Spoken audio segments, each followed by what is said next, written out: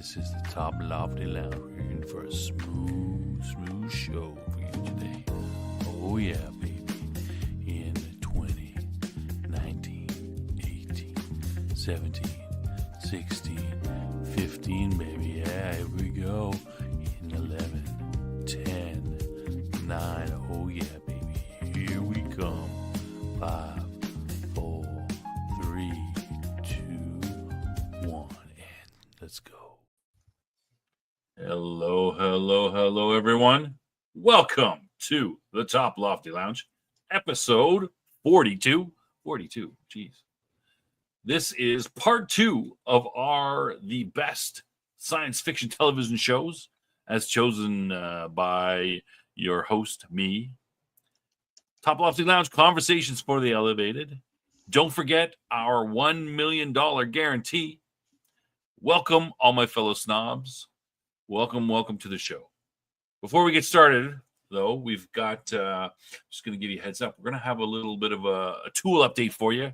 Cam's going to have a tool update, and we're going to have a little bit of announcements about future tool updates. We've got some ideas, and we're going to share them with you, I think, today. Now that I've mentioned his name, let me introduce my co-host. He is the Swiss Army knife to my Leatherman. He is the Flash Gordon 2007 to my DS9. It's Cam. Say hello, Cam. Good evening, everyone. And a nicely stocked house tonight. I appreciate everybody in the chat showing up, of course. Love to see you guys. Who we have tonight? We've got Weatherman. We've got Death Angel Shadow. I see Michael in the chat. Michael, I sent you something on Discord. Check it out. We see Dave is here. Who else is here? Let me just scroll up. I think I mentioned everyone who is in the chat. There may be some lurkers out there. That's fine. Free to lurk. Oh, Death Angel Shadow said he went to Harbor Freight today. Harbor Freight? What's Harbor Freight? Harbor Freight is a kind of a let's say budget tool store. Oh, really? Yeah, throughout the U.S. Now, we can talk about that in the tool segment for a moment, or I guess we can just talk about it right now. Whatever you want. I'm just gonna put on the where is it? I'm gonna put on the birds while we talk. Oh, okay, sure. Because it's nice and relaxing. You see the birds fighting each other. It gets you ready for the start of the week, Monday morning, fighting for food, all that good stuff. Yeah. Okay. All right. Go ahead. Yeah. Well, let's talk about. We're waiting for people to come in. How was your week? Or do you want to talk about Harbor Freight? Well, that's a big blue jay. Look at him. He's looking right at the camera. You're jerks. Brazen. You're brazen jerks. Anyway. How was my week? It flew by. I literally blinked in it and it was gone. So not a bad week, I guess. I'm basically getting over this sinus thing that I've had going. So it's a minor annoyance at this point. Don't really feel bad anymore. But I apologize if I cough or sniffle. And professionalism, professionalism. Yeah, sure. Harbor Freight. Okay, wait a minute. What did you do this week, dear leader? What did I do? Yeah. My week was went by pretty quick too. Did I tell you about the toilet? I fixed the toilet last week, right? You told me. I don't remember if you mentioned it on the show or not. I mentioned on the show. Oh, I replaced. If I forgot to mention it to everybody else, I replaced the innards on one of the tanks of the toilet. Now it didn't quite work because it was leaking. I think leaking I didn't into the tank or onto the floor. Oh, from the tank, tank, not the bowl, from the tank. So I think I just didn't tighten the it's thing. If the gaskets aren't compressed right and everything, it's so so there's basically 2 main holes in your toilet, right? There's one where in the tank, one where the water comes in from the house, right, into the tank. And you've got your pump on that, and then you've got where it goes out. Well, I screwed that sucker on there super tight, so I'm sure it's not the gaskets. You should have seen me twisting that sucker like you wouldn't believe. But okay, you could. I thought I overdid it. You can because if you do that, you could distort the gaskets so they're not seated properly anymore. You know, it can Yeah, start. and you could crack the tank too. Right. But I didn't think I did that. But I just, we attached it and it seemed to be fine, right? It was filling. I didn't see any leakage. And then I come back later and I'm like, there's water, but it's leaking. So I think it is the line from the water goes to the pump. I didn't tighten that enough. Because I wasn't really worried about it. I'm like, oh, just turn it on. Yeah. Okay, it's good. Or, tighten it up, hand tighten it. It should be fine. I didn't focus enough. But, I'm looking in the tank. I don't see any areas where there's any obvious things are coming up. But, anyway. So I'm a little pissed about that. But. Oh my gosh! You know what? I forgot to share the show. Oh, did you? Oh, well, We'll do that right now. We're sharing. Yeah. Yeah. So I was busy this week because my kid had a thing. So I was involved with. She's in this choir. She had a choir show and a couple of days of practicing, and I had to volunteer help out on one of the days. And it's women. It's all women. I'm used to this because I've done volunteer work in the school and stuff for my kids. It's all the women except me. I'm the only one that I'm like one of the few men who show up, right? So I don't know. I have this joke. Should I tell this joke? It's a little bit blue. What do you think? Sure, go for it. Well, wait a minute. I think the guys you're going to do a joke now? No, it's not really a joke. It's a story that is. Okay. Joke, right? All right. Okay. So I used to work at an elementary school, and it would be all women be there, and I would I come in to volunteer too. I was in charge of a bunch of different things and stuff. Like sometimes it's good. Are there any girls in the chat? Can we be honest? If there's any women in the chat, I don't know if is Green Girl's not here. She probably wouldn't worry about it anyway. Anyway, it's good. It's kind of good to have a guy around because then the women don't get so catty and they sort of, they focus up, right? But there was this joke about how, I used to complain about how I'm the only guy there and blah, blah, blah. So they started to, they got into it and they started to make, a little bit of fun of me, right? So if they'd be there together talking and I would show up, for whatever it was, they would loudly proclaim, they say, oh, they wouldn't, they'd use my real name, of course, but they'd say, oh, Green Girl is here. Oh, you might like joke anyway. This story. They would loudly proclaim, oh, snobs here. We can't complain about our husbands and we got to stop talking about our vaginas. Oh my God. I thought that's a pretty funny joke. I thought it was pretty good, right? And I'd be like, oh, geez, no, I don't want to hear that stuff. A woman actually said that, is what you're saying. Yes, a woman would say that. Yeah, they could. So, that's permissible. That's pretty funny. So I told this story to these choir people, right? And they're all women, but the artsies don't appreciate that type of joke as much. No, see that's not for you to retell that story. No, I thought it was not funny. to women. And these are artsy type, women of kids now. And and the people I was dealing with before, like my kid goes to school in a rural area, so they're a little more down to earth. A lot of them have horses. Let's ask like Green Girl if she's offended. Yeah. So I told them, oh yeah, they used to say that. They all just it went over like a Led Zeppelin. Let me tell you. Yeah, know your audience. I was like, yeah, that didn't go over. So my wife had to go and do some repair work the next day. Not really, but maybe a little bit. But Green Girl says she's not offended. Okay, I thought that's kind of funny. I mean, based use that, right? Like, you want to get a good laugh. You're like, oh, here he is. Stop talking about her. As if that's all women ever talk about, right? Like, it's like the joke of the. See, that's funny when she tells it.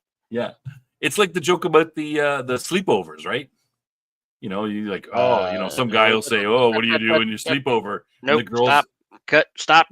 That's girls will say, "No, cut." The girls would say, "Oh yeah, we get in our lingerie, we hit each other with pillows." He. Of course, that's not what they do, right? But they're just, unacceptable. They're just, they're hey, who wants to talk about tools? I thought that was funny, but anyway. Yeah, you have bad judgment. Well, comedy is risky, right? You got to take risks. Well, it's better not do that in Canada. You'll end up in the clink, buddy. No, come on. That won't happen. Not with those jokes. You can't joke about the LGBT or the immigrants or something like that. But sex is perfectly fine. All right. Okay. the question about Harbor Freight. Harbor Freight is like we said, a budget tool store. They have all kinds of junk made in China, but they've also. So if you want cheap tools to beat up, that's the place to go. They have brands like Pittsburgh, for example, which named as if it's made in Pittsburgh. It isn't. Very cheap stuff. But they also have a line called Icon, which is basically they rip off Snap-on. We talked about that, the Icon pliers, right, a couple weeks ago. Mhm. So they basically rip off other people's designs and produce pretty decent facsimiles of them. But only this question, only on the ones they rip off, like Icon, or not all the tools, right? Well, I mean, it's hard to say that everything they make is a ripoff. There are some definite ones that are ripoffs of Knipex and Snap-on. I mean, are those the only good ones? Those are the ones I should be getting? No, from my experience, the Icon line of tools are pretty good. I think they're mostly made in Taiwan, and again, this is the 1970s. Taiwan made tools today are pretty good. They're one of the, if I see one made in Taiwan, I'm like, okay, that's probably worth considering, as opposed to mainland China or some other places. But so you don't recommend Temu? Is that what you're telling me? no, I don't. All right. Anyway, okay, so that's Harbor Freight. It's worth checking out, but it's kind of grungy. They tend to be, I've been to a few of them. They don't tend to be the most pleasant shopping experience, but they got a lot of stuff. So maybe we should review different hardware stores at some point, for the tool segment, just kind of a rating. We should do what the grifter do, and they have the S rating. Pay. No. I'm saying we have our ranking, and then we go through the whole thing and then put them in the different. It's like S tier. Use the anime tiers instead of like 1 to 10 or something like that. Yep. All right. Excuse me. Should we get to the regular tool segment so then we can get to our main topic? All right, that's enough of the birds. Let's stop with the birds and let's go to our regular segment. Okay, you ready? I gotta do the intro, right? Sure. Okay, I still haven't done the intro. I keep forgetting. I gotta get that. All right, so ready? Tool time! It's tool time! It's Cam's toolbox. Yeah. All right, excellent. Okay, all right. So go ahead, Cam. This is a relatively just a quick segment. I got I received a new Swiss Army knife this week, which I am using as it's replacing my existing daily carry with this model. So it is the Victorinox Ranger model, which I think Snob's going to be pulling up here. Yep, it's right up there. Okay, so this is so what I was carrying before this is the Mountaineer model, which is we've talked about this before, but basically the standard Swiss Army knife is a 2-layer, the Spartan or the Tinker, which is the knife layer and the opener layer, and then the third layer is most often the scissor layer, and that would be the Climber or the Super Tinker. And the difference between those two is whether you have a corkscrew or a Phillips screwdriver. And so the Mountaineer is a 4-layer, which adds the metal saw and file. And then the Ranger is a 5-layer, which adds the wood saw. Because, there's one, the Mountaineer, you have, there's one that has a wood saw also. The Huntsman has a wood saw instead of the metal saw. This one has both. And the reason I like this is, for some reason, so you have backside tools with the Swiss Army knife, with the 91 millimeter, which is what this is, which is the standard one. It's 91 millimeter. So is this a right. 5-tier or a 4? 5-layer. 5-layer. It's a 5-layer. Sorry. Yeah. So I'm replacing a 4-layer with a 5-layer here, and so typically you have a backside tool associated with everything because, again, the way the springs work, and the Mountaineer doesn't have a backside tool. Excuse me, associated with the file and saw layer, and nor does the Huntsman that has the wood saw. But when you have them both in the Ranger, it adds the backside tools, which I don't understand why that is, because I don't think there's any technical reason why they couldn't. So the point is, adding this one layer gets you 3 additional tools. In this case, it gets me. Yeah, you're showing them. I'm showing it right now. This is the backside layer we're talking about. Right. So in this case, you add a small wood chisel, which has some nice uses, and a fine screwdriver, which you can see them. They're kind of in the middle there, between the corkscrew and the awl. Yeah. Um, and then of course you get the the new main layer, top side of the wood saw. So it's a very small addition in weight and bulk, for a pretty good addition here in function. So that's what I'm going with. So these are two it's the fine screwdriver and the other screwdriver, right? No, it's actually the fine screwdriver is the narrowest one, and then that's the wood chisel next to it. That's the wood chisel next to it. Yeah, on the right. Corkscrew and the awl. And what is the one with the hole in it? That's the awl. So from right to left, you have the awl, the wood chisel, the fine screwdriver, the corkscrew, and the hook. The hook. All right. Let's see what else. This is a little bit more here of the. Yeah, the top layers are, you have the the knife layer, which is the large blade and small blade, and then the opener layer, which is the can opener, large screwdriver. I'm sorry, can opener, small screwdriver, bottle opener, large screwdriver combos. Again, which is the standard. And then you've got the scissor layer, and then the metal file saw and wood saw. So quite a bit packed into, it says 3.8 ounces. Then of course you get the tweezers and the toothpick. And it is on for it says. Oh yeah, that's the other thing is, it's. I didn't know this, but $48 is a pretty screaming deal for this thing. 35% off is what they're showing from this. So I think this is Prime too. This is the American site, so it's American. It's not in Canadian. It's American money, right? So is this? It's not the. Oh, that's a 20. That's a self-adjusting screwdriver. Yeah, where's the price? Am I looking at that? Okay, in mine mine showing up, it's saying it's regular list price $75 for 35% off right now, $48.50, which is it's not showing up because it can't be shipped to my delivery location, which is Canada. That's probably the Trump tariffs. Yeah, maybe. But these are Swiss. Should come. Yeah. Yeah. Anyway, there we go. Just the quick little update. Okay. All right. That's good. All right, that's good. Okay, and do you want to make another announcement for?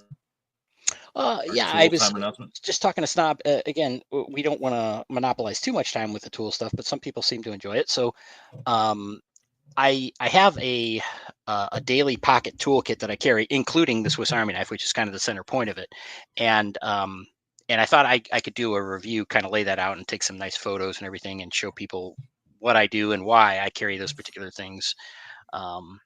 And just as a future episode, part of an episode.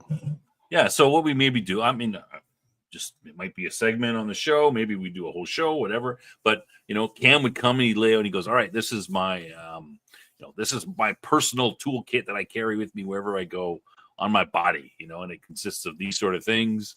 And I have these ones, but this one would be good too, or you can do this one or that one or whatever. And these are the reasons why I carry them." And then maybe that could go into something bigger where here's something, here's a basic kit for your car, right? And here's a basic kit for, XYZ, right? That kind of stuff. So start with the personal, see how it goes and go from there. Something like that, maybe. I don't know if people be interested. Let us know in the chat if you were, that's something you'd be interested in, for our tool time segment. And maybe it would take place over a couple segments, over a couple shows. Maybe we, spend more time in one show. Something like that. All right. Let us know. The chat is not exploding with, yes, that is a great idea, or that's the worst idea ever. All right. Okay, I cut out there on my end. I couldn't hear anything. Was I still talking or? No, I was talking. Oh, okay, sorry. You were talking. Sorry. Yeah. What did you got to add? I don't know. I didn't even hear what you were saying, so okay. I was completely disconnected. All right. Well, I was just saying that let us know in the chat if you'd like that idea. I was given the background of what the ideas you get together and you do. Here's the stuff I have on my body, that kind of thing. Here's what I recommend for what you carry on your body for tools, and this is the reasons why.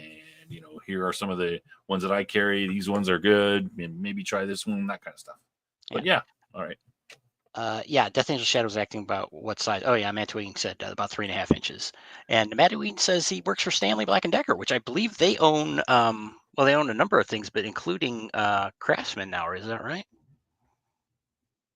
Ooh, we've got maybe we should talk to Matt Tweeding about getting some sponsorship for the show from the tool guys. Everyone should have a scrunch. What is a scrunch? I don't know. We get to see. We should get Matt Tweeding here. He's an expert. Maybe we should. Yeah, maybe he should be on here as a guest. Oh, Craftsman and DeWalt. Oh, I'm a DeWalt fan. Well, it seems like you guys should be talking offline. Time to get in that cha-ching. Yeah, that would be great. Yeah, get that. At least maybe we get some free tools or something. Well, Craftsman is, again, I don't want to get another thing, but Craftsman was, kind of the tool brand that I grew up with, which was, my father's thing. He was not a professional mechanic. He was an amateur mechanic, so he didn't have Snap-on and stuff like that. But Craftsman was a very solid brand at the time, and still is. I still have a good number of Craftsman tools. I like them a lot. All right. Well, you guys will have to take care of that offline. All right. Okay. Let's get on with the show. Yeah. Back to the sci-fi part of the show. Everyone who's going to come in, as they got a chance to come in. All right. So let's pull it up here. Okay. So last thing we talked about Fringe. Do we want to go over that again? No. Skip ahead. Yeah. Let's just go. Fringe was one of the shows. That's the last show we talked about. So we talked about 7 shows last time. I think I got another 7 to go for the show today. All right. So let's move on. So the next show was Firefly. So that's it's fairly well known. It's probably the most talked about show that got canceled after a year that everyone says this is a show that should come back.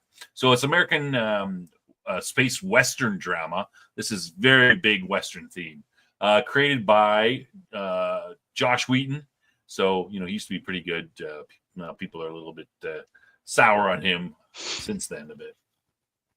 It was canceled after 11 of the 14 episodes had aired. They didn't even show the last 3 episodes. They just canceled it in the middle of the season. So it follows a renegade crew of people, some of who fought on the losing side of a recent civil war, one that ended maybe 2 years, I think, before the show. They make a living on the fringe of society as part of their star system's pioneer culture. Set on the Serenity, which is a Firefly class spaceship, which is pretty small, kind of very small cargo carrier. It's very much got that Western feel to it. A lot of the places where the crew operates are very, I'm not saying backward, but they're very much, they have a bit of a frontier Western feel to them. They're not, high-tech sci-fi. So they still have technology there. You still using little blasters and stuff, but they just have a lot less of it. And, it's only used for special things, which is kind of a bit of an interesting way to go with sci-fi. I enjoyed the show. I thought it was pretty good. It takes a little bit getting used to because it's a slightly bit different, but I know some people don't like it. Cam, you want to step in? Yeah, I don't like it. You're not a fan of the show. No, I think now to be fair, there's a few sides to this. Yes, Dave, incredibly overrated. It's one of those things. It's like, why is it so famous and loved? Because it was canceled. It's one of those. Now, again, to be fair, the network screwed this up. They played it out of order. They did all kinds of stupid crap. Yeah. They canceled it before it even finished. It's the episodes that were made stupid. I mean, just completely terrible handling of the whole show. Was it Fox that did Firefly? Yeah, or was it? It aired on Fox. Yeah, and it was. Honestly, I kind of like the premise of it. Generally. But this was in the era when Joss had his head so far up his own ass that he thought he could do no wrong, and it showed. He doesn't have the discipline to do a sci-fi show. Scoffs at things like research. And again, it's a space western kind of idea. That's fine. Um, eh, but he just shortcut thing. The premise was poorly presented. You don't have basics at, again, Star Wars, you have warp drive. That's how they get around. It's kind of a basic thing. uh Star I'm sorry, Star Trek has warp drive. Star Wars has hyperspace, things like that. I don't Now, again, maybe there's some supplemental material, something in Firefly, but it's just poorly presented as sci-fi, in my opinion. um and it's a mess, and it's hard to extract where the blame really lies. But I think a lot of it lies with just, it's not, it just isn't that good. Some of the characters are laughably bad. It just horrible Really? characters almost. I like the different characters. I know, but you like, It was a you have bad taste. it was a whole bunch of collection of various different people with different things and ideas and stuff. Well, the crew wasn't bad. Come on, you're talking about the girl, right? Which one? They What's both her name? Summer Glau. sucked. That But was a little bizarre, but I uh, mean, but what was her name? Callie, was it? Callie, yeah, The mechanic also mechanic. sucked. It's like, Oh, you don't like I her? just, no, I hated the show. I really do. And I again, I realize this. I'm not going to make any friends with this, but Firefly fans just, and I don't mix. Let me put it that way. I don't want to insult them, but it's like this whole worship of this garbage show. It's like, no, it's again, it's one of these things where it's been made into this legendary status because it sucked. And while I fully admit that the show was jacked around by the network, it's this victim story that got played up way beyond what's reasonable. um so no, I am not a fan, and I'm tired of hearing about how, oh, it was the greatest thing ever and blah blah. No, it wasn't. But hey, if you think it is and that's your opinion, I certainly respect your ability to have that opinion, but I'm not going to agree with you. So sorry, Death Angel yeah. Shadow. Luckily, Just Sci-Fi here to watch wrong. Sci-Fi Snob's opinion is the only one that's right on the show, so that's Yeah, good for that. it's right, sure. Luckily. But Now, it's kind of a this is dividing line. It's like, if you really like Firefly, I can't really respect you as a person. No, that's not true. I'm kidding. fighting words. So, I mean, I thought it was. I mean, I don't think it's the best show ever made, and I'm not a fanboy of it or anything. I thought it was a reasonably good science fiction show. I agree with Cam. They screwed it up, and they effed it up good, and they made it hard to like. But I mean, they got rid of it because it wasn't getting anywhere. I mean, they kind of screwed it, but it still wasn't getting anywhere. Now, if they had let it get a little build up a little bit, a season or two, maybe it could have got a big fan base. But Cam is right. It's got this, it's got almost this holy status in people's minds because it was canceled, and it wasn't the greatest show ever made. But people seem to remember it that way. I thought some of the characters was good. What's his name? Who played the tough guy? His brothers are all in acting. No, they're not his brothers, actually. Well, Baldwin, relatives or you're talking about Baldwin, yeah. Adam Baldwin. Not his Yeah, brothers. Adam no, Baldwin. he's not related. He's not related to the other Baldwins. Different Baldwin. Okay. Yeah. His character was pretty good. He had some good lines. He was good. He had a few good lines. I admit that. I mean, I can. The Summer Glau character was a little bit far out, but I mean, it was kind of a weird. They messed with her mind and stuff. I think. I didn't like Callie as much. She was kind of. No, I thought the prostitute was pretty well played. Oh God, so obnoxious. So she was obnoxious. well played. No, she was. It was performed okay, but I just hated the character. I hated the whole premise. Again, Joss is a pervert, and that's just an example of it coming through. It's like, oh, look, the space hookers are these glorious things. Shut up, it's stupid. It's the only character that I really liked was the preacher, and yeah, he was good. I like that idea of him. He could get developed better. Malcolm was good, right? No. No, you didn't No. like. Again, it's a character they botched so badly because you just start in on him and the state that he is because of the way they aired it. Yeah, But when you saw it, when you saw the actual pilot episode, you had some. It's like, oh, okay, well, there's something here for a reason. yeah, So yeah. I can't blame Joss for that, or the other storytellers They either. really screwed that up good. Yeah, absolutely. I don't want to discount the fact that the show was screwed over by the network and made created a lot of problems. I mean, But I still, it's a slightly different show too, because it's sort of this Western feel to it, right? They're doing, well, they're okay, on the frontiers and stuff. let's deal with So that. that's unusual because Yeah, most but it's also sci-fi stupid. isn't like that.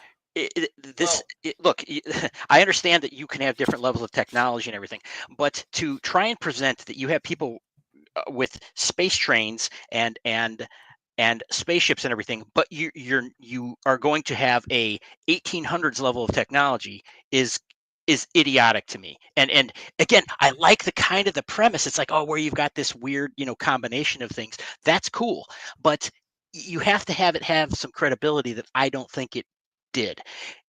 When you have the ability to have a ship like this, you can bring technology in which you can maintain at least a low industrial level of society. You could have machine shops that you could set up a machine shop based on the cargo of one of these ships can carry a machine shop that can maintain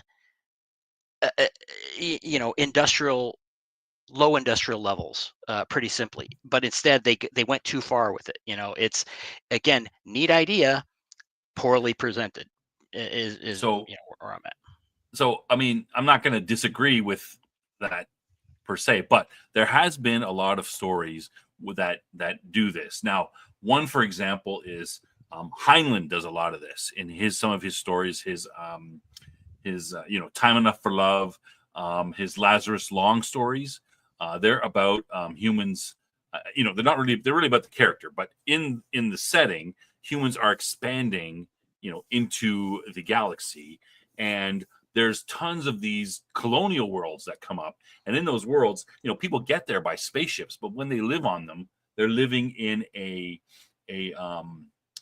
this sort of 1840s, 1860s style, American style, right? So, for example, in one story, Lazarus Long decides he's gonna, call. They're in a town, and he decides he's gonna, move out and colonize, move out to a nice valley. He's just gonna go out there, and he heads out there with, a wagon and horses and, dogs, and his new wife, who's, newly pregnant, and they're going out to, build a homestead and, start all their family in there. So he does a good job of showing how that it might be that, technology is just too expensive. Well, And we've got these old ways, this older technology, these 1800s technology, and it's much easier to take, why would I want to take, so I'm going to be out here and I can't get back. Why would I take, I'm going to take a horse that can just eat the grass instead of, can do that well, machine, et cetera, et cetera. So I'm just going against your premise that this can't exist in a high technology society. I think it can, especially if you're starting. I agree that it can. I agree that you have to make it make sense. And yeah, I think they did a poor job with that. You're right. He didn't express it, but I think you can sort of look. I can look beyond that a little bit because I could see where it's a possibility. Is it probable? Probably not. But I can look beyond that. Yeah. The other thing with the swearing in Chinese or whatever they're doing, I thought was, again, everything just grated me about this show. It was like, oh, that's so cutesy. Oh, you didn't like their? No, I didn't like anything.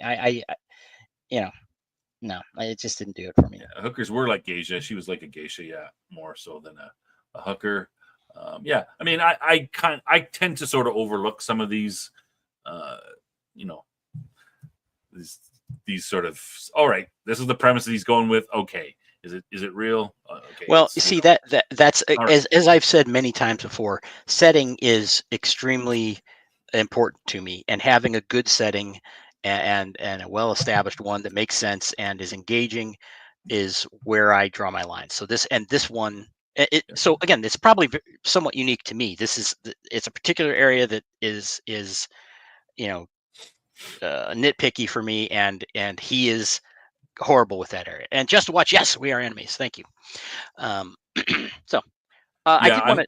I'm willing to overlook some things, but I will say that I did what irked me about the whole thing was the solar system and how, because it seemed like they were working in a solar system, but I'm like, they're flying from A to B. There's a planet here, like every solar system has a Goldilocks zone, right, where you're likely to have planets that are gonna be good for us. And then there's a planet over here, and it takes them a couple of days, and another one over here. I'm like, where the frick do all these planets go? How do all these planets fit in this solar system? What the hell is going on? Exactly, poorly conceived. Now, I do have. And they're not using warp drive or nothing. I mean, I can buy that, but it's not explained how. That grated on me a little bit. He never bothered to do the work that is required for a credible sci-fi setting. That bugged me a little bit. Yeah, I mean, if you don't care about that, I guess fine. But yes, that's a good point about that. I do have to admit, though, I love the kind of kitschy sci-fi that has things like, oh, people live on Venus, people live on Mars, people live on Uranus. Yeah. So I will accept that to a certain degree, but not, anyway, you got to have some sort of explanation for it. You know what? I do want to go. I noticed something up here. Green Girl mentioned something. So, okay. Yeah. I'm just thinking there's something else I wanted to say. He took the Doctor Who route. Anything goes. That's a pretty good point. Establishing the rules of the world environment is essential. Usually it is in science fiction, but not if Joss Whedon is writing it, because he did not do that. Exactly. Yeah. Maybe you could have said, okay, it's like, all right, there's some weird solar system where there's maybe there's 8 planets that are equally spaced in a certain in the same rotation around the sun or something like that, right? The same orbit. Maybe. Why don't they hit each other? I don't know. Maybe could have done that, but it was just a little bit fuzzy about how they got from point A to point B, and they just seemed to took this long, and away you go. But anyway, again, non sequitur here. I wanted to address, because the chat. Green Girl said it was mentioning about how you were talking about what I looked like, and then you attacked me viciously by saying that your friend thought I looked like Steve Buscemi. He said Girl? that. Yeah, right. Green Girl, you will never know.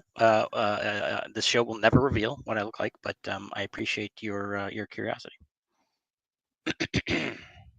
All right. Michael always reads the extra stuff. You are all mistaken. They did do the work. It's a cluster of 5 stars with associated systems, but still, the stars do the work on the show, apart. Right? Yeah, this is supplemental material. Yeah, I know. Michael, you mentioned supplemental stuff all the time, and the thing is with me is that that stuff's good, but they gotta establish it in the show, right? Like, it's cheating. You're gonna go at least some minimum.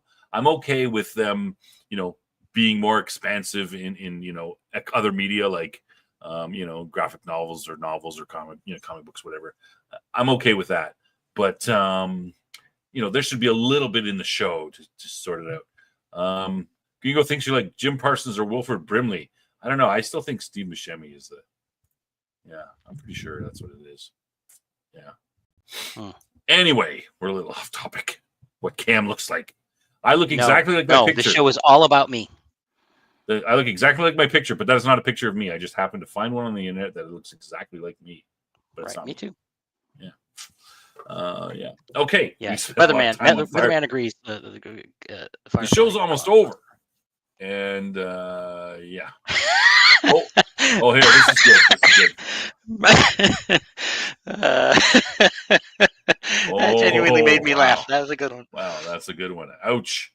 Ouch. Yeah. And there was a movie. They gave us a movie. The movie was all right. I mean, that's the other thing. The freaking what are they? The Ravagers or the stupid.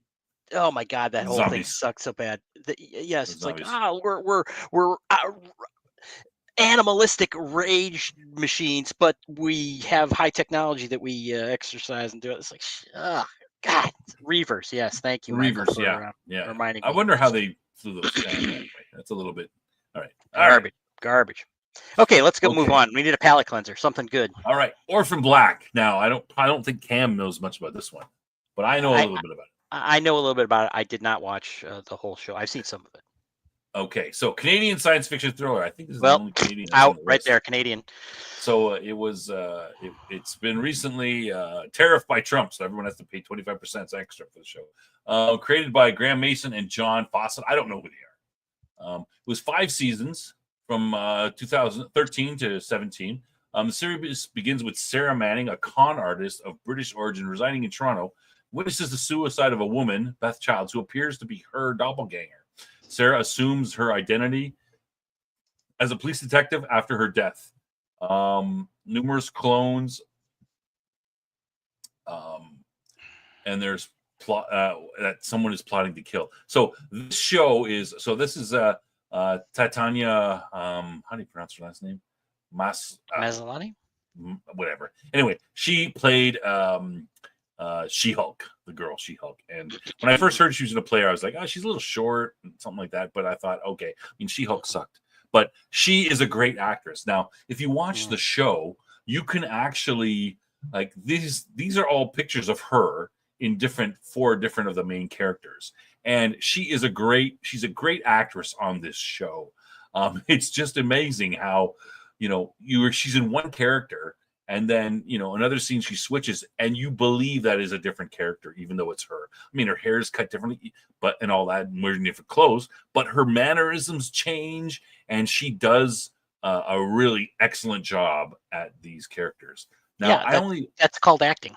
Yeah, she's very good, very good. And this is why I wanted to include it, because I was so impressed with how good her acting is. You don't usually see this on, for actors being able to play, different. You're on the show and they're playing different characters. Like it's somewhat rare. She does an excellent job at it. So there's some sort of I think I've seen the first 1 and a bit seasons. I haven't seen the whole 4 or 5 seasons, but so there's some sort of conspiracy that she's been cloned, and these clones are all they all grow up and they're all the same age, and someone is trying to eliminate these clones and killing them. And we don't know what's going on. And I mean, some of them are quite like the one on if you look in the picture, the one on the far right is the soccer mom, So she's like the Volvo driving soccer mom, and she's like a little bit of psycho soccer mom. And she is my favorite character. She's pretty bizarre, and so there's often scenes where 2 or 3 of the clones are interacting with each other. They've all got different ideas. One is the slacker, the slacker con artist woman, who sees the police woman die, and she's trying to act like she's the main character, right? Or at least starts out as the main character. First, It's kind of these first 4 here, or the first 3 that kind of get over there. But I thought it was a good show. I would recommend it to people if you you like that. Well, I can't really dispute that, because like I said, I only watched a little bit of the show, and I was amused by the uptight soccer mom character. Oh yeah, she's so uptight. But while I won't say that she didn't do a good job in acting, I think she did a fine job. I think that people are kind of missing the point, and that is, while she is doing many different roles in the same time period, she's an actress. That's what actors do. They portray a role. And just because to you, the viewer, seems like, oh, wow, she's doing all this. She's not doing it on the fly. She's doing her scenes and everything else. And it's certainly an extremely taxing schedule and everything. She's in every scene basically, right, in the whole show. And you have to respect that. But she's playing a role. It's what actors do. And she's playing different roles. And the fact that they happen to look the same or similar doesn't make it any better of an acting job than any other actor. Okay, but Cam. Now, if you were but the average actor in a 5-season show is only going to play one character. They're playing one character, right? Yes, you're not playing different characters in the show. She's playing 4 or 5 more characters. Yeah, yes, it is definitely compressed, so it is. Again, I can see how it's taxing, and you do have to switch between them, in again a relatively short period of time, and all that. So I'm not trying to take away and say she's a bad actress by any means. It's just I just don't think it's quite as amazing as people make it out to be. I mean, but wait, I can't act, so I'm not saying, again, I'm not saying she's bad. Yeah, I know. Yeah. I just think it shows that she's better than the average actor. I will give you an alternate, and that is the oh my gosh, I can't believe I can't remember his name. The voice actor for Clone Wars. This guy does dozens of different clones. He does all the voices of all the clones, right? And they're slightly different. They're all different, and Yeah. often, and he did do things on the fly where he was switching back and forth live between voices, between characters. D. Bradley Baker, yeah, thank you. That's him, yeah. Dave, yeah, oh my God, amazing that this guy is able to do that. Again, putting subtlety in only using his voice. And I would say that's very good too. Like I would be impressed with that. That's a good actor. Like that's better than your average actor. Like, yeah, I guess what I'm saying is it's just the voice too. You got to make a voice. Just, I mean, it's a little easier when you've got the whole facial expressions and body language to work with. But if you just got voice, it makes it even harder. Yeah. Yeah. So anyway, okay. Yeah. Again, I didn't watch the show. I watched it a little bit at the beginning, near the beginning, and it just didn't thrill me, so I didn't watch it. But I got to go back and finish it off. It's good. So. Yeah. All right. Let's move along. Okay, you're not gonna like this one either, then, because that's the same reason I like this one.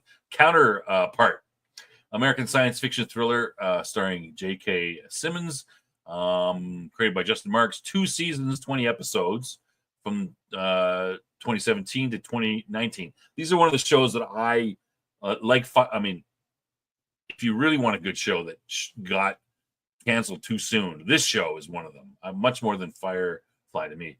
So the story follows Howard Silk, a general quiet office worker who's been working for a Berlin-based United Nations agency, the Office of Interchange, for 30 years. His position is too low for him to be told what his work, exchanging apparent nonsensical messages, really involves. This office oversees a checkpoint between headquarters between parallel Earths, the Alpha and Prime worlds, created in 1987 during an experiment in East Germany. So the other world created, there was some sort of, physics type experiment, and they split the world off. And then the two worlds, know about each other, and they start, they talk through this agency. You can actually go back and forth. But this is set in, 2017. It's set in the period it's in.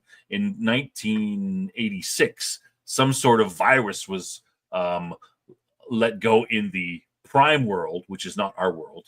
We're in the Alpha world, and the quiet Howard Silk is in the Alpha world. It's our world, and our world's carried on normal. But a virus has been let in the other world, and it has retarded some of its technological development. But they're more developed in biotech, and so this conspiracy starts to build.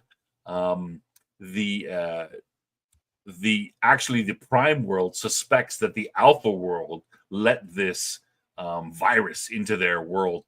They're starting to suspect that to try to keep them down. There's some change in there's interchange between them, between the two worlds. And Simmons in the other world is actually a high-level operative for the government, and he is like, our Simmons is very our Howard Silk, is very quiet and sort of peaceful and kind of a beta.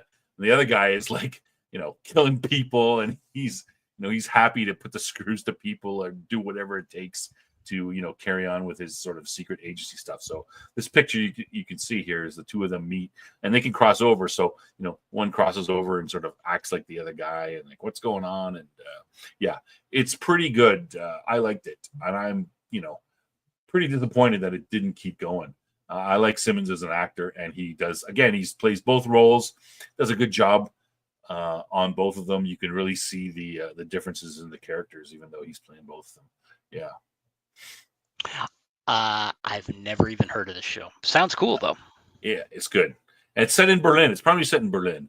And so, yeah, it's got a very secret agent type feel to it. People are sneaking over people are coming across the border between the two worlds, and they're starting to, as the show starts, they're starting to mess around on the other side. There's got I think the Prime Howard Silk comes over, and they've got some people on our side that are they help you out. They provide safe houses, very much of a spy secret agents type feel to it. Yeah, it's good. I wish it had more. Wish it kept going. Yeah. Let's do a watch through.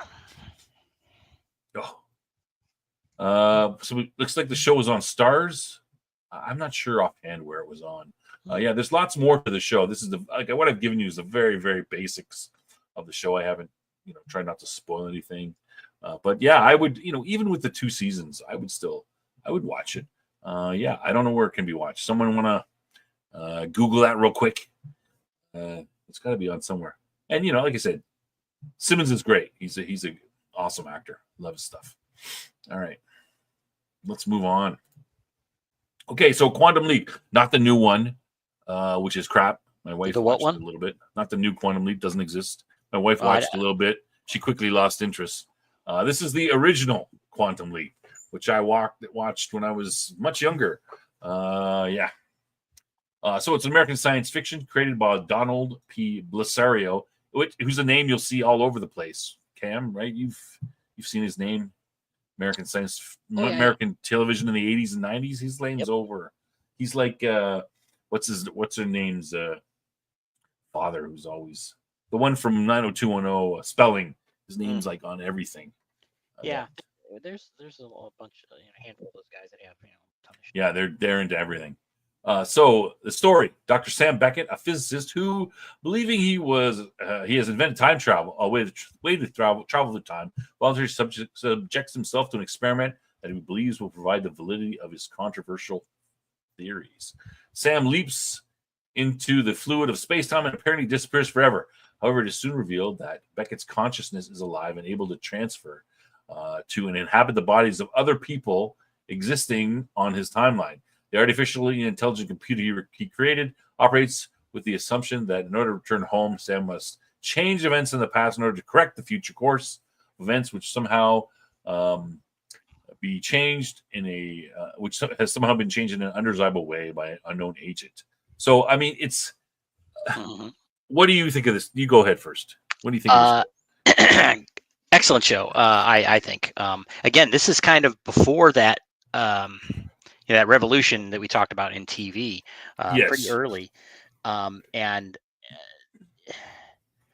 I didn't watch it from the beginning. I started watching it sometime in the middle, and then I ended up and I think I've seen all the episodes. But it's a neat concept, and seems ahead of its time in a lot of ways.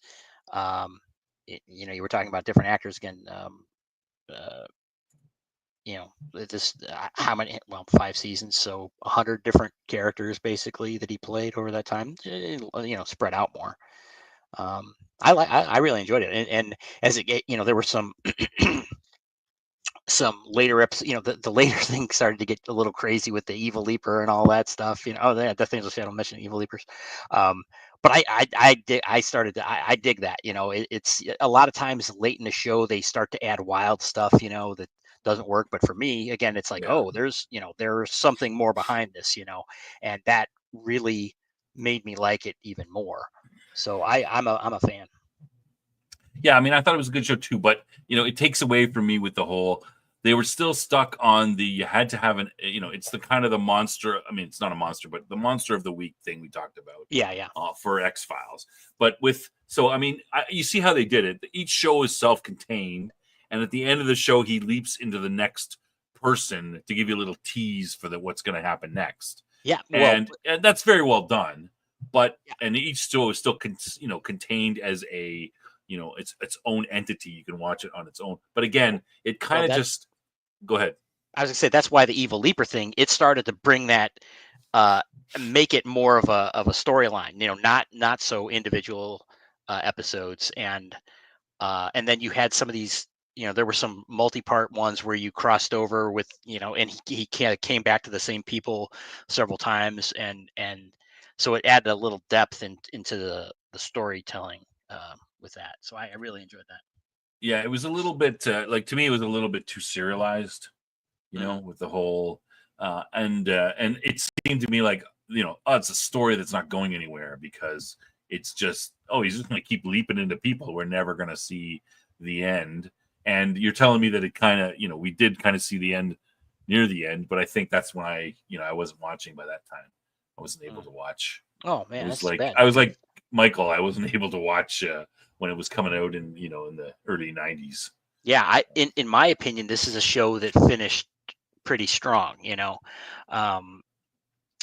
And I think they also capitalized on the concept very well. The whole thing about how he doesn't really remember who he is and all that. I think they, Yeah, it's a relatively simple concept that they, did a good played. job with. Yeah, and they played throughout the whole series. And used it within, how they wrote all the scripts and everything. And both really good actors. Yeah, Dean Stockwell's good. I like him. Yep. I seem And to recall. Ziggy was the computer, because he was always I was like, Yeah. he's always talking to Ziggy. Who the hell is Ziggy? But I guess Ziggy's the computer, right? Yeah. Ziggy says we should do this. I spit on Newcorn League. Absolutely. Yeah, it sucks. I believe. Don't watch it. I believe there was an episode that was the first place that I ever saw Jennifer Aniston was in an episode of Quantum Leap. The worst episode was the last one. Oh, Angel Shadow doesn't like it. I didn't even know there was a new one. Yeah, because it didn't do very well. It got canceled pretty quick. It was only a couple years ago that it was. Yeah, I didn't even watch the new one at all. I think has anybody ever seen Bob Newhart, right? Has anyone seen the Bob Newhart show? The two. Yes. There's Newhart and there's the Bob Newhart show. Well, Bob Newhart show was first in the 70s, where he was. It was the 70s, and he's a psychiatrist, Right. And then Newhart show is when he's in New England and he's running a bed and breakfast style. Yeah. He's an author, actually. That and then he kind of moved. Okay, so the last episode of that show, right? Mm-hmm. For the one where he's in the bed and breakfast, he wakes up and he's in the bed with his wife from the first show, and it's the same set, everything's the same, and he's like, I had the weirdest dream. I dreamed that I was a bed and breakfast, and I was running a bed and breakfast like this, and it's these, his wife looks over and she goes, really? And that's how they end the show, right? They trolled you.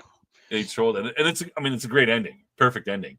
Now that's what they should have done with, go back. I would go back and do Quantum Leap again. I'd do the last show, and I'd wake up as a starship captain. I just had the weirdest dream, man. Or fit those two in together, right? That would be fun. Yeah. Well, Green Girl says here about the new one had potential because it was supposed to be a continuation, which is, of course, a danger, because when you have garbage creators attaching to good things, they can certainly spoil it. But looks like it died before they had a chance to really ruin it.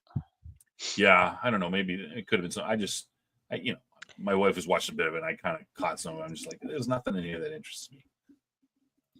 Yeah. Yeah, Michael. Bob Newhart. I remember that it was a show that I didn't seek out because I was a baby, but it was something my parents watched. Yeah. Wasn't really for me, but I just like that aspect of that's a good way to end your show. You call back to the other show. Yeah. And you go, I did watch Newhart though. All right. So, I think, would you? So wait a minute. Does that make that sci-fi? What? No, it was just a dream. I guess it wasn't really sci-fi. Yeah. Newhart. It's the old Dallas. So, would you recommend Quantum Leap for people to watch it now? I would, but the original, I mean. Yeah, I would. I haven't watched it in a while. I'm guessing that it looks pretty dated at this point. But the thing is, it's not really like. That's true. A lot of it is it's set not in the past fiction, anyway. It's set in the past, so it wouldn't really lose the thing. Like, and they would look at, like, I remember one time he leapt into a black woman in the 60s. I don't know if it was Rosa Parks, but it was kind of that kind of situation and stuff. Mm-hmm. So they sort of looked at civil rights. They kind of went at all these various different type of. I'm not political, but yeah, it was those issues. It was all within his lifetime, so yeah, it was basically back to the 50s.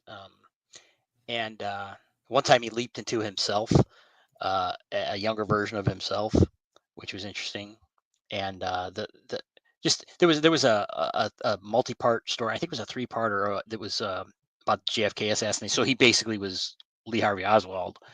Oh Um, yeah, and that was I thought that was a really good one. The way they yeah. did that, and again the one with the evil leapers. It's So did you yeah. not see the evil leapers ever? No, because I didn't watch Oh, that dude. far. Like I didn't have, in the early 90s, I didn't have access to television except for The Simpsons and I think Star Trek. That's it. Hmm. Michael, Anyway, I'm not sure that it's the Waltons kind of thing. Is some of the topics were fairly, um, you know, yeah. serious. The thing about it is it's science fiction for normies, right? Because you've Yeah, got you've it was got on it. network TV. Yeah, you've got him leaping, and that's your science fiction. He goes into a different body every episode. Hmm. But I mean, there's not Yeah, much science fiction in the episode, right? He's solving some sort of problem that is going yeah, on, and like it's right. the 50s, and there's it's the civil rights era. We were solving this problem, Yeah, and or he's trying to help whatever. people out. It's like a Yeah, stranger comes to town who's not stranger to them, or they don't think it is, but he really is a stranger, and he helps them out and moves on. yeah. It's what's the one of it's like what was the one David Carradine did with he's going Kung Fu, town to town, huh? Kung Fu. Yeah, kung fu. He's going from town to town helping. I mean, this is the same as that, right? Except he's not going from town to town. He's leaping through time, and he's going to different towns or different eras in time. But it's basically that's what basically it is, right? The Yeah. littlest hobo. That's kung fu. Yeah, the littlest hobo. In Canada, we call it the littlest hobo of right? Which is, I don't know if you guys know the littlest hobo. It's a dog that would go from town to town and help people out with its dog stuff. Canadian No, but you production. know what? Now that you mention it, Littlest hobo. forget it. I'm not even going to talk Great about show. it. I'm not going to. Great Okay. show. Yeah. Great for Watch kids. Quantum League. Worth it. I Yeah, should. it's I the should do a rewatch littlest. of it too. Yes, Quantum Leap is just like the littlest hobo. Okay. Except a Nobody little knows what you're bit. talking about. Canadian for weirdo. Look it up. All right. Humans. Now, I like this one. I haven't watched too much of it, but it's kind of interesting. So, a sci-fi based on a Swedish sci-fi drama called Real Humans, written by Jonathan Beckley and Sam Vincent. 3 seasons from 2015, 2018. The show explores the themes of artificial intelligence, robotics, and their effect on the future of humanity, focusing on social, cultural, and psychological impacts of the invention and marketing of the anthropomorphic robots called synths. The thing about this show is that they did a really good job with the actors and actresses playing the robots, and you can sort of see the look on her face here. They really are very robotic-like, but in a way that you'd think would work. And I read a little bit background of it, and it supposedly they went on a week long or a bunch day long course that everybody who's going to play the robots, and they worked on them getting out, changing their facial expressions, changing muscle ticks, the way they moved, so they moved like they thought the robots would move. And they did a quite a good job about it. So there's the themes of sex. You've got this robot that will do whatever you say, and they're good looking, and they kind of go on that whole and it's not just sex, but they explore that very well in the 3 seasons. It was a BBC production, I think an American BBC production. So everybody has British accents, pretty much. Yeah, some sort of I think between AMC and the BBC, but I'm not sure what was the American network that they went through. But yeah, it was. I thought it was pretty good. I didn't watch too much of it, but it was an interesting concept. And artificial intelligence, robotics are very kind of close to us. So, something we need to look at. Yeah. Unfortunately, never saw it. I think it's worth checking out. Yeah. They have they're also exploring in later some of the later episodes. You see some of the robots getting together, and talking to each other, and starting the basics of a revolution, maybe. Yeah. So maybe it's a warning. Okay. Okay, so now we get to some of the big guns. So Stargate SG-1. I don't know if I've seen have I seen every episode? I've seen lots of episodes, but all out of order. Yeah. Sorry, we're going back. Almost Human, quite different, but also a good show. One of my favorites. I'm sorry that it didn't go anywhere. Yeah. So Stargate SG-1, American science fiction based on the 1994 movie Stargate, created by Brad White and Jonathan Glassner. I think they're the. Did I write? Are they the show creators or the movie creators? I think they're the show creators. So 10 seasons, July 97 to 2007. So the first 5 seasons were on Showtime, and the next 5 were on the Sci-Fi Channel. So it begins a year after the conclusion of the events recounted in the original movie, follows the adventures of SG-1, a military team from Earth. SG-1 and a dozen other SG teams venture into distant planets using alien portal known as the Stargate, which in the series is housed in a top secret United States Air Force military base known as Stargate Command, which is in the underground Cheyenne Mountain Complex, Colorado Springs, Colorado. Cam, you've seen this, right? Nope. You've never seen Stargate? Nope. I saw the movie. I saw the movie, but I didn't. You've never seen the TV show? Oh, no. You're kidding, right? No, no. Oh. No, you're kidding. You're trolling me, right? I am not kidding. You've never seen. Okay. Well, I mean, it's very similar to the, to the basis of the movie. This is a super popular show. I mean, they have Stargate, Atlantis. There was a bunch of spin-offs. Yeah, of the show. I'm aware of that, and it's not something. It's like, oh, I don't want to watch this. I've always heard good things about it, and it just never fell into my rotation. Yeah, and I have to admit, I haven't watched it religiously, like from season 1 to season 10. I mean, it was on TV so much. I'd catch episodes here and there and stuff. It's very super popular. Easy show to do, well done, because they go through this weird looking hole in the that comes out, and off you go. You're in a totally different place. 97 to 2000. Okay, I know what I was doing during that time. Were you in a coma or no during that time, or no? All right. Yeah. Anyway, super popular show. There's sort of plus MacGyver. A really good, MacGyver is he's the leader of the team, the colonel. They have so they've got MacGyver, they've got the number 2, which is the girl, the smart guy, he's got the glasses obviously, and this Teal, is that pronounce his name? He's used to be a slave that they that he works for them now. He kind of gives them the information about the bad guys. So you recommend it? I can't believe you haven't seen. I mean, I have a life, man.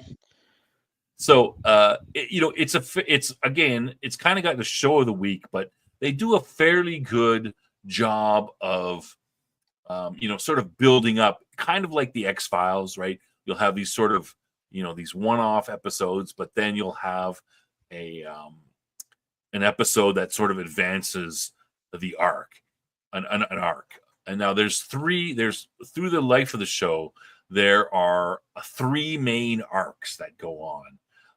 The Apophis arc, the Anubis arc, and the Ori arc. And you can see there's a lot of those are long arcs, 10 years, 3 arcs. My gosh. Yeah, 3 main arcs throughout they focus on, just like the original movie, there's this link to Egyptian gods and that sort of thing, implying that the gods of the Egyptians that was in the aliens and stuff, right? Yeah. So as well as the Stargates, there are spaceships and that sort of thing. Right. We are the Ori. The Ori are those little. Are they the little aliens that look? No, that's a different one. Yeah. Anyway, I'm still. I thought for sure you I thought for sure you had seen at least one of the not even one of these episodes. No, I don't think I've ever. They're on TV. I think they're still on TV at times, but anyway, maybe not. Anyway, yeah, there's tons of stuff on the show going through. Pretty good. I'm not sure about the other, Stargate Atlantis. I think they're kind of, usually the spin-offs are not quite as good. Richard Dean Anderson, he's a good actor. Yeah.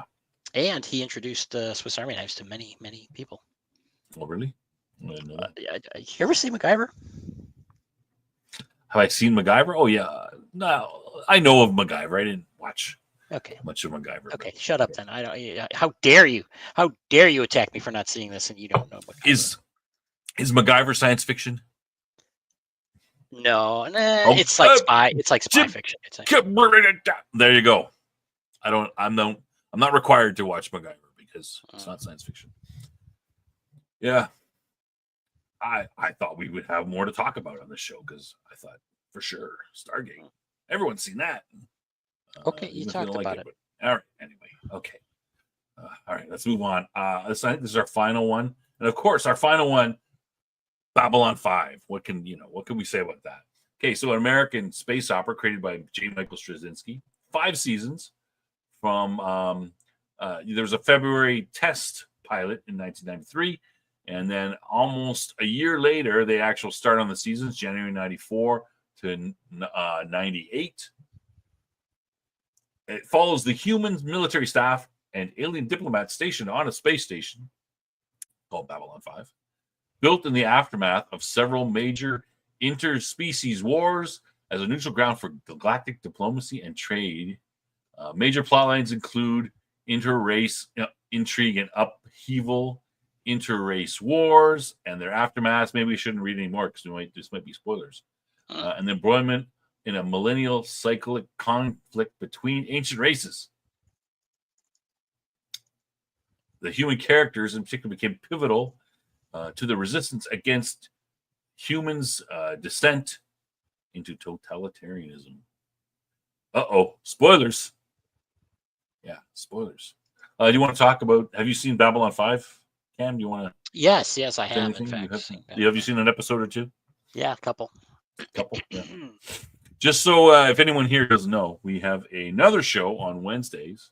We are going through Babylon 5 from the start, season 1, episode 1, all the way to, well, as far as we can go. Hopefully up to 5 seasons, all 111 episodes. And what episode are we on now? We just finished episode 9. Deathwalker. So we're 9 episodes in. So yeah, I had to put that one on there. It's a good science fiction show.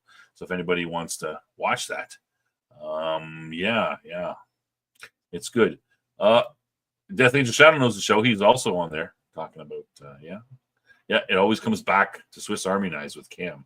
Yeah. Babylon 5, the show that rewrites itself to justify plot points. Oh, I think you have a hater there. Babylon 5 is superior to Trek. Yes. How much do you want to talk about Babylon 5? We don't want to say too much because we don't want to spoil things, but I think, I'd say that it's somewhat unique in science fiction at the time because it's got 5 seasons and they're sort of all at least thought out, whether they're written or not. The major plot lines are basically all laid out, and they have a plan to do a 5-season show, as opposed to something like we discussed Lost, which is like, oh crap, we got another season to do. What are we going to do now? Type of thing, right? For the writers. Mm-hmm. Cam, what? Comments? No comments. Are you doing something else? What's going on? Nothing. You're supposed to be, yeah. What, Babylon 5? It's a regular show we do. It's I'm a fan. I think it's got a lot of rough spots, to be honest with you. The first season is rough overall, but the overall storyline, I think, is one of the strongest in sci-fi. It's very political, not in the sense that it's a political screeds about, the events of any given time, but it references very deeply many historical events involving politics, and of course it's about diplomacy. So it obviously the storyline is, so it's not like current events politics, but it has a political motif to it. Yeah, but they do it well. Right? It's not preachy. It's not. Oh, it is. It's It is preachy. preachy. Yeah. Okay. Yeah. It What gets do you preachy. think? Isn't it? You think so? Yeah, and it's clumsy in a lot of ways. In detail. This is one of those stories that is okay. I'll liken it to strategy and tactics, right? Strategy being the overall storyline, and tactics being the execution of individual things. Strategy wise, this is top notch. Tactics, mid. It's got a lot of flaws. Now there's some good points, but Straczynski is. I don't know. It's like he's hit or miss on some things. Again, great story, great themes, and it's if you allow yourself to, it makes you think. You could say it's one of meaning that's sci-fi done well. Well, you know what? I take that back. In terms of sci-fi and meaning sci-fi and how futurism and all that stuff, it's really not. It's really a sci-fi setting that is about humanity and history and that kind of thing. So okay, just here to watch. DS9 is outrageous claim. But Babylon 5, I'm a fan. Despite its flaws, it's got some things it just does better than anything else. And season 2 are out of the park great, in my opinion. I haven't seen that far ahead because I've purposely decided not to watch the rest. I'm gonna try to experience. I've seen season 1, and I thought it was pretty good. I enjoyed it. Well, yeah, I'm waiting to catch up though. Season 2 is a step up. It everything gets. Yeah, and I've watched the first 5 episodes of season 2 before I decided to, hold off. And I did see a quality improvement in, just the few episodes I saw about season 2, and the thing seems to ramp up a little bit, more already. I already see where it's starting to go. Yeah, and I can't watch anymore. I got within the season, within the first season here that we're reviewing, we're seeing episodes that are later in the run, and it's like, yeah, they're meaning in the production order, and they're clearly better than the earlier ones. They're working out the kinks as they go. Yeah. They're starting to push the storyline. The season's if you're watching our Babylon 5 show, the season's starting to pick up, and a couple of the last episodes have been pretty good. Deathwalker, we liked that one, was just last week. And Signs and Portents are coming up, and that's a big episode. What were the other episodes? Mind War and the other one we really felt was good. Right after Mind War, right before. Let me look it up real quick. Yeah, me too. I'll look it up real quick. Mind War, War Prayer. Yeah. Those were pretty good. They advanced the show. So yeah, we're enjoying it. So it's good. Would recommend. Definitely. It's going to be curious to see how everybody. Michael, oh my God, DS9 is the worst of Trek. Ban that man. Ban that man from the chat. All right, hold on. No, I'm not going to ban anybody. Babylon 5. I've lost my train of thought because of the DS9 hate. No, but look, no. What are you talking about? You talking about Michael? No, assimilating knowledge. He's saying, look. He says. No. I know Michael likes Trek. I agree. JJ Trek is the worst. Yeah, it's not even Trek. It's not even Trek. I don't even consider it to be Trek, to be honest. But I don't know. We shouldn't really dwell on this because we have another show. Tune into Babylon 5 on Wednesdays at 11 p.m. Yeah. Speaking of that, I wanted on our movie night, I wanted to put Clockwork Orange on the list, but Cam was like, "No, I'm not going to watch that." No, I'm not going to watch that. I thought that would be a good science fiction to add in there, but he won't watch it. So we'll just have to do this with Firefly. Yeah. No, I'm not going to watch it. I've seen it once, and I don't ever want to see it again. Yeah, so that's it for the show. We want to. Do people like this? Should I do like there are lots of science fiction shows. I just sort of went with the first, first 14 that were higher on the list that I thought were worthy. But I could do another part 3 with another 7 shows we could talk about, and then Weatherman and other people were suggesting some shows. We could do a 4th part, which would just be fan favorites. Well, I think that What would do be you guys fine. think?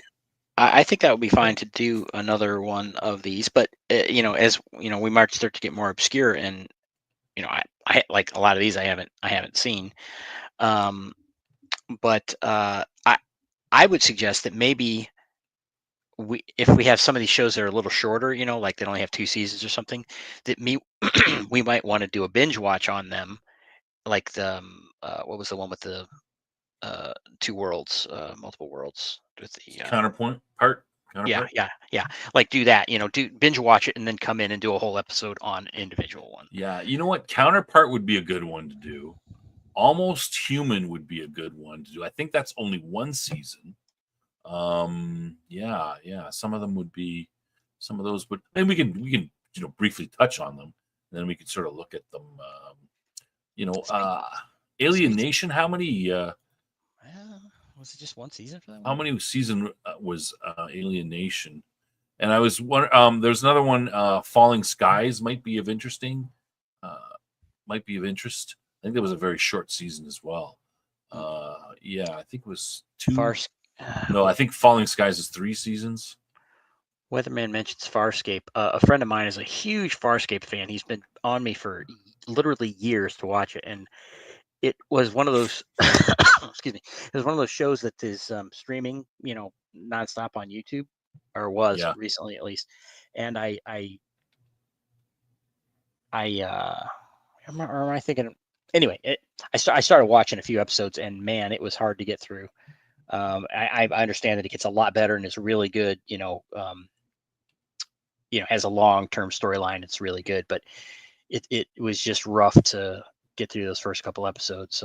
I should give it another chance, but I haven't gotten to it. Yeah. So go ahead. When I was picking these shows, I was just basically looking at a list of the best Rotten Tomatoes audience and critic scores, and so these 14 are kind of from the first 20 of the shows, and I didn't, I purposely skipped. If there's Star Trek and Star Trek Next Generation, I'm going to just do that as one. I'm not going to talk about both. So, going down the list, then you start, after the first, like I said, this is only 14 of the first sort of 20. After going down the list, you get into things like Farscape, The Man in the High Castle, sorry, I said Farscape already. The 100 Torchwood.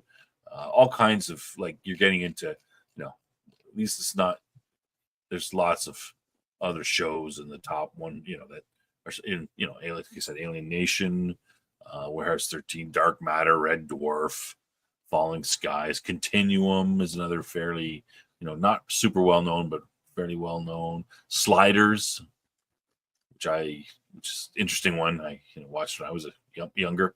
Dollhouse. All kinds of shows that we could. Lex, Andromeda, all kinds of stuff.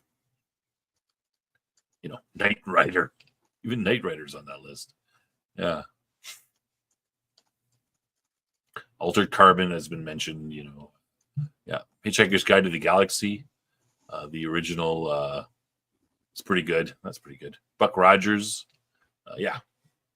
Well, Space 1999 has been mentioned a couple times, and that's on the list. I think it was one that I never saw until very recently. I knew about it when I was a little kid, but I just didn't have access to it or whatever. And I watched the first couple episodes and was like, man, this is really good. I mean, it was, it obviously it's very dated and everything, but so many things were really intriguing about it. And then I didn't watch all the way through, but then I watched some of the later episodes, and they were very strange. It was kind of getting wilder and wilder in a lot of ways. So I don't know really how it all turned out. because I haven't seen it, but um, that kind of weird. Yeah. We were mentioning kung fu earlier. Kung fu got kind of weird at times too. These kind of trippy things, and that doesn't really thrill me, especially not with sci-fi. So I don't know how I would have liked it, but as far as the premise goes, pretty cool. Okay, Dave's saying season 2's producer ruined the show. Yeah, I could see that. Yeah, Altered Carbon. Yeah, I enjoyed the show. I've read the 3 books. I like the idea of the show. Season 1 was good. Season 2 was disappointing. I didn't feel so. I thought they were both, different actors. Yeah. Yeah, Space 1999 is on that list as number 42. So yeah, there's tons of stuff on that list. Yeah. Okay. Okay, so I guess have we decided then, Cam? Next week we'll do a part 3. I'll do 7 more different ones. Yeah. And then have everybody, and I'll stick to sort of the top of the list. So it might not be everything on these lists. Altered Carbon's fairly low on the list. We'll mention them. Maybe we'll do a fan chosen one. So if you guys want to put in the comments to this show about, hey, these are the shows I think we should include. This, put a list of them, and I'll throw them all on there and do a little bit of research maybe, and try to get on them. Yeah. Right. Sure. Sounds good. Sounds good. All right. Did we miss anything? I thought there was something else that I needed to mention. Well, I noted that says you have 558 subscribers now. So. Oh yeah, that's what I was remembering. I was gonna hold that over your head. Yeah, the chat came through. Kind people took mercy on your pathetic channel. So now Cam can't laugh at me anymore. Ha! We are above 558. We just got to get to 1,000 by July. Oh, it's gonna be tough. Well, we'll just keep plugging away. Yeah. So on that note, like, subscribe, tell your friends about the show if they like to do it. They want to watch. We appreciate it. We like, we like talking with the chat. We like interacting with you guys. This is why we do the show. I don't want to just talk to Cam. I mean, he's just going to insult me and say mean things. So I need the chat to help me. Jokes. What's that? You want a joke? Oh, all right. I guess we should do the jokes, right? Is there anything else? Did I miss anything, Cam? We'll end up with the jokes and we'll say goodnight. So yeah, sure. Anyone else got you got anything we need to talk about administrative wise before we Wednesday show, come into Wednesday show, 10 p.m. Central, Babylon 5 on this channel. We're going to go over the next episode, which is it's just forgotten just all of a sudden. It is episode 10, Believers. I haven't watched it yet. I gotta get. Maybe I'll watch them tonight. Believers. Oh yeah, I remember. I started watching it. I remember what it's about now. Yeah. Believers. That's the next episode. And then next week we'll do part 3. Another 7 of these shows, and look at doing a part 4 with you guys' suggestions for the shows we should go over. And if you see, if I see them more than once, the more I see it, the more chance to put it on there. All right. Shall we let's go to the jokes. All right. Are you ready, Cam? Okay, hold on. I'm gonna try something. Today. All right. Okay, so these jokes are we're talking about television, right? So these jokes are about television. Now, joke number 1. Why do televisions never get lost? I don't know. Why do televisions never get lost? Because they always follow the cable. Get it? The cable that, the cable that goes from the television, cable televisions. Yeah, get it?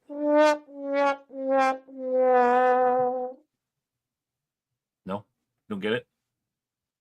No, I'm trying to figure it out why that is even a joke. They always cable television. Yeah, I know, No? but no, it's stupid. All right.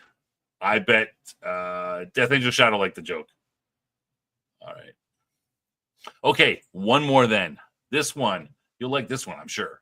How does a TV feel when it is unplugged? I don't know. How does a TV feel when it's unplugged? It feels delighted. Get it? Because it delight, no more light. I'll allow it.